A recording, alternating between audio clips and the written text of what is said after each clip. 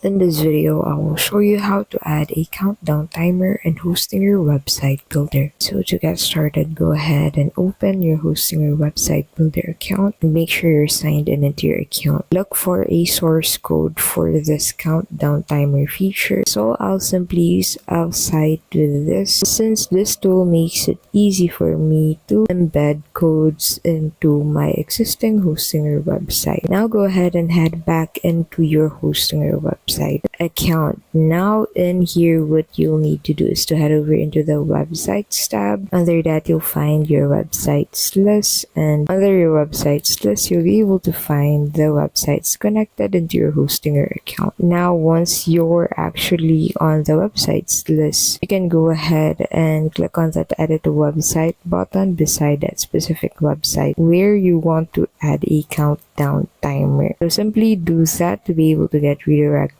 into the website's interface. And once you click on that edit website button, that will redirect you into the website, and you can simply go ahead and add the changes that you want for this website. Scroll down into the section where you want to add a countdown timer to. Click on that add section button to that section to be able to add a blank section where you can actually incorporate a code that will allow you to incorporate a countdown timer into your website. And here, go ahead and select add blank section. Now go ahead and head back into the outside website, and here you drag your mouse into the widgets tab, and under this you'll be able to find a selection of features that you can actually simply embed into your code. So in here, go ahead and look for that countdown timer feature. Now in here, go ahead and scroll down, and you'll be able to find available countdown timer widget files that you can actually incorporate into your website. So you can go ahead and simply edit